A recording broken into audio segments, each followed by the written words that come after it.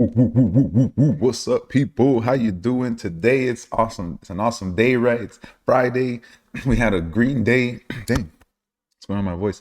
Yeah, we had a green day, guys, across a lot of stocks, right? So it's a good day for me. I'm happy with the results because they were actually better than I expected for the day, right? And I do have to tell you that today is a key point, guys. Like, if you're not paying attention, it's time to pay attention, guys, because you see the energy in the community. You see that spark that's starting to come up. The numbers are crazier than they've ever been, right? I'll show you right now with the Ortex data and all that.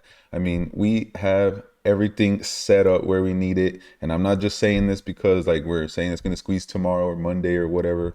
I'm just saying like the technical and the data and like everything that we need is there, right? Just for the squeeze. So I would expect to see some crazy movement coming up in AMC. And remember that, there's a lot of people involved in this. I was watching some live streams today. I was looking in the stock Twitch chat room, just alone in the stock Twitch chat room, guys. I mean, I remember when I first went in there, over a year ago, I mean, the AMC chat room, there was only like 168,000 people in there. Guys, currently, there's 372,000 people in that chat room, right? So sometimes the messages just go so fast, you can't even keep up with them, right? And yeah, that's where we're at, guys. I see there's volatility right now. 31 million volume. Price is at 1574, but it keeps jumping from 1580 to 1562 or something like that. That's some big jumps, guys, all right? And yeah, I mean, that's why I'm happy. That's why I'm excited. I think that we're right there on the brink of things, guys. Just the way things are going. You have people like Trey saying that like he sees a market reversal coming too. And I agree with him. I think that we've been in in a downtrend for such a long time that it's probably time that we, turn this thing around, okay? Because there was a lot of fear. Now it's starting to kind of calm down because there's more information that has been put out there, okay, guys? So that's just my perspective on it. Not a financial advisor, not financial advice, right? So don't take it as that. I'm just some guy on YouTube, right? Having fun over here. All right, let's do it. Let's jump into some information up in here. All right, guys. First thing, if you weren't aware, today was quadruple witching hour. Okay, so I'm gonna play this little video, this clip for you guys. If you guys want to know what it is, and they only happen 4 times a year: March 18, June 17, September 16, and December 16. All right. So here, pay attention to this. What is quadruple witching? It's a thing that happens in the financial markets near the end of each quarter. These occur on the third Fridays of March, June, September, and December. Quad witching gets a lot of attention because 4 different kinds of derivative contracts expire. First, there are the stock index futures, like the E-mini S&P 500 and NASDAQ 100. These are highly active products, trading millions of contracts per day, tracking broad swaths of the market. Next, you have stock options on individual companies like Apple, Tesla, and Microsoft. Normal expiration for these occur on the third Friday of each month, which also falls on quad witching days. Third, you have options on index futures. Products like the S&P E-mini futures also have calls and puts, which expire on the same dates. Fourth, stock index options track the same big indexes. These are more institutional products sharing the same expirations. All these expirations mean that investors need to exit old positions and often roll to newer contracts. That's why volume tends to spike on quad witching days, as we can see on this chart of the S&P 500. Notice how these quarterly third Fridays were among the most active sessions, even at times when the market barely moved. Okay, guys, so that was today, March 18th, right? That's why I think you're seeing a lot of volatility, right? So just to summarize that, it means that they have to, roll over some options or close them out or whatever, right? Especially with derivatives too. And we're gonna go look at the chart now, okay? So I just wanted to give you that information. I mean, the chart, guys, is looking great. I know that, especially for AMC, technical analysis is not the most important thing, but just to look at the basics, guys, we're making higher highs and higher lows. All right, so I'm going to draw this line. Look, from this bottom part here, right, when we broke above, and this is just a 2-minute, but when we broke above the EMAs, we've been in an uptrend here. Okay, so you can see it's following this uptrend here. This is just the daily chart, right? Got a nice pump and then it kind of consolidated, came down. And what I want to know is, what was this? I believe this candle right here had something to do with the quad witching hours, because look at the volume right here, 400, where is it at? I think it was 420, 415,000 volume in this candle alone, right? And then, where did that come from? You see the volume was just really, really low, and then boom, you get a huge buy order that just pushed the price up here. Okay, so that is something to pay attention to for sure. 5 minute will zoom out, and then let's go to the daily. Okay, this is where I like what happened here today. Okay, I haven't changed anything on my chart here. The lines, I left them, and as you can see, we are under these EMAs, but what I liked in this part of the chart here is, look, we're coming right back to the tip of the wedge. Okay, if we break above this wedge, guys, this is gonna confirm the reversal, because you have to break this downtrend, right? That's been in for months now, right? Where like we were like, how is this possible? Again, we've already talked about that. I don't know the true numbers. We haven't had a share count since last year or whatever, so I don't know if we really own 90%, but that's the information that was put out there. But look, this key point right here, guys, is beautiful to me, okay? Because we're actually testing it, okay? If we bust above it, you know what time it is.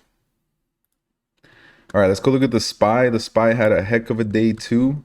Looking like a reversal, guys. Of course, it's going to come up and it has to get above this section right here. Look, I'll draw a horizontal line. So about this price, this tip right here, I need to see it break above that, all right? Because that's going to show you that it's ready to start making its way back up to the other side. So this is the SPY, right? And this is going to be the IWM. GME and AMC, there's a lot of shares that are in this folder, right? This IWM.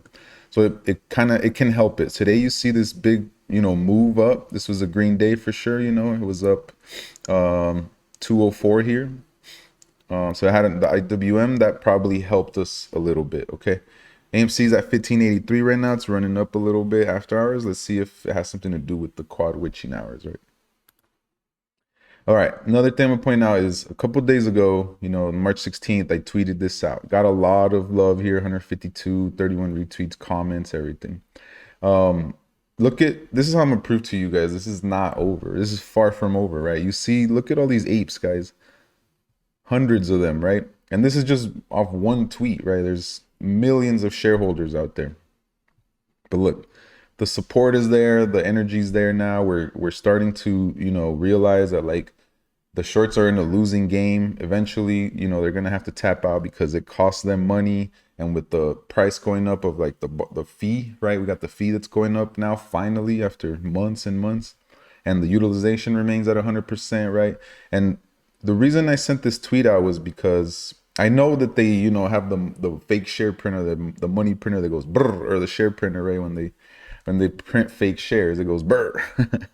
But it did that night, right? Like some shares popped up like 500,000 and they disappeared, and then they popped back up in the morning, which this all happened overnight, which is freaking crazy to me.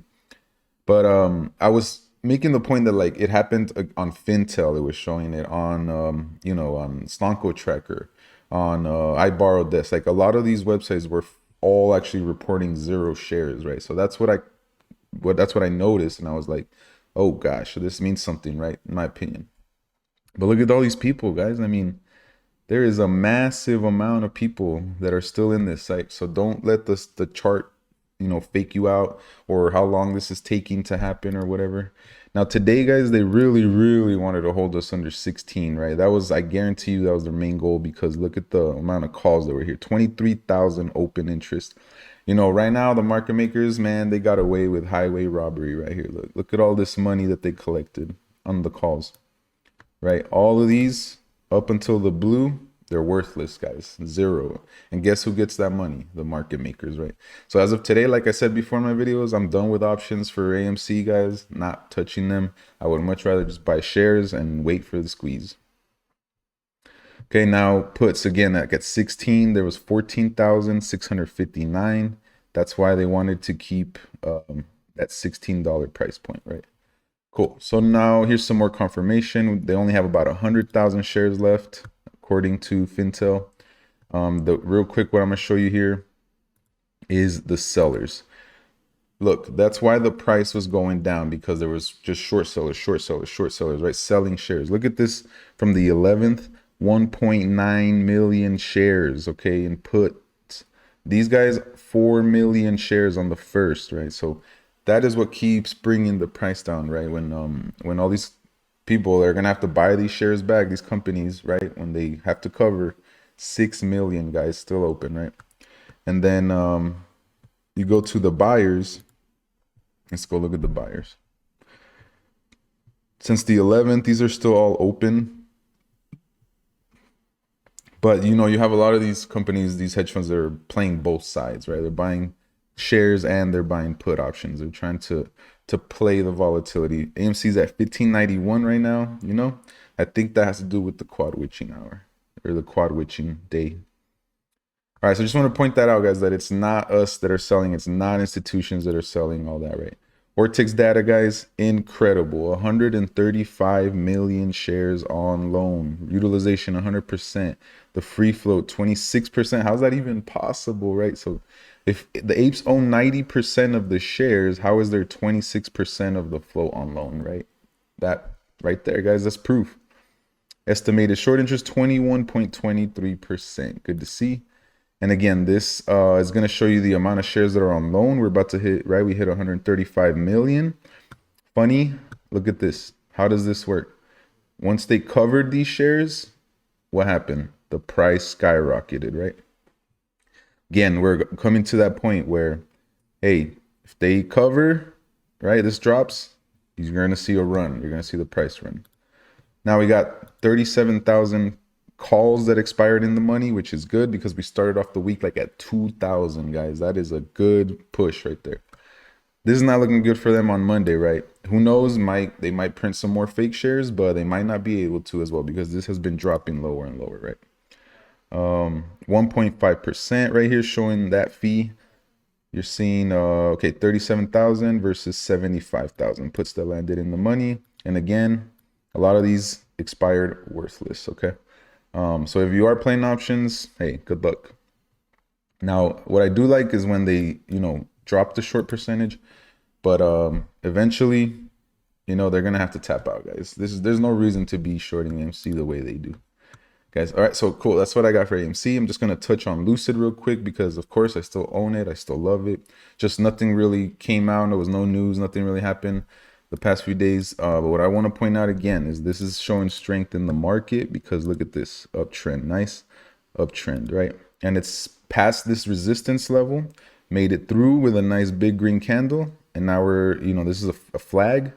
Hopefully it'll break up again because that's what's been happening over and over, right?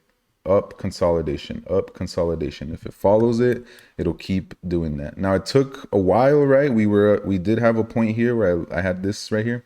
And then it broke down because it went under this support, right? So it lost support, came back, right? Bounced back right at 20. So to all the haters that were saying, oh, it's going to go to 15, it's going to go to 10. Like, no, guys, this is a real company now. I mean, they have products now. They're sending cars out, right? They're trying to figure out how to grow as a business.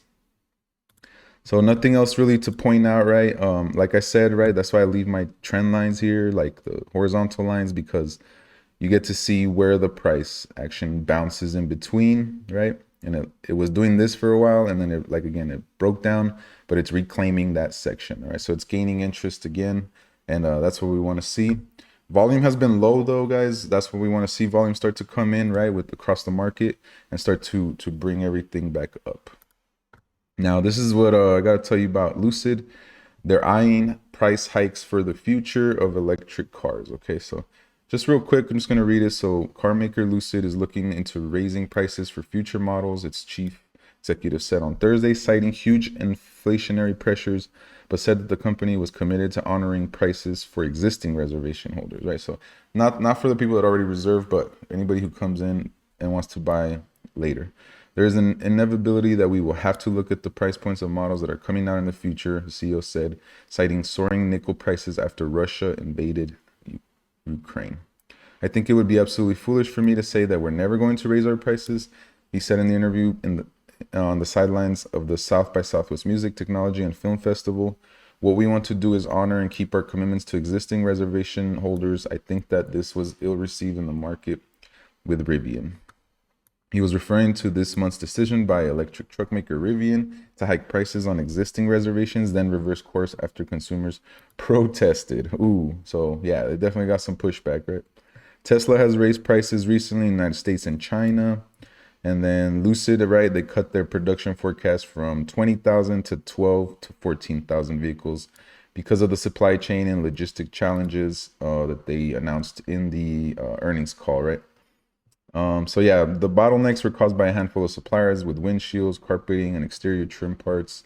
I'm super frustrated because we're not gated by silicon chips. We're not gated by our ability to make electric motors, right? So it's literally not the motors, it's just the finishing pieces that they're struggling with right now in the supply chain, right?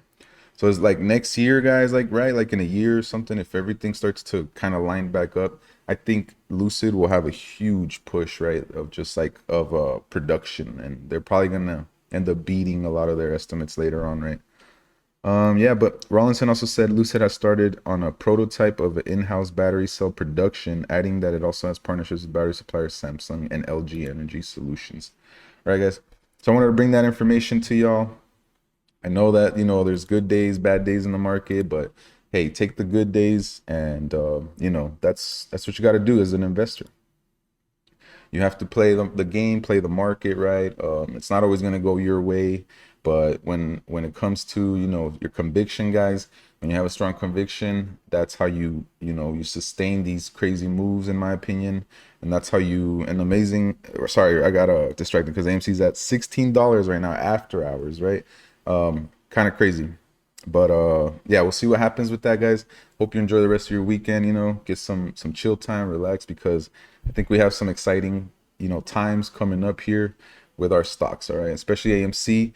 You know that we're still in there. The apes are hanging on. I see all the videos that came out, right, from shareholders, and it's awesome. Catch you guys on Monday, all right? Peace out.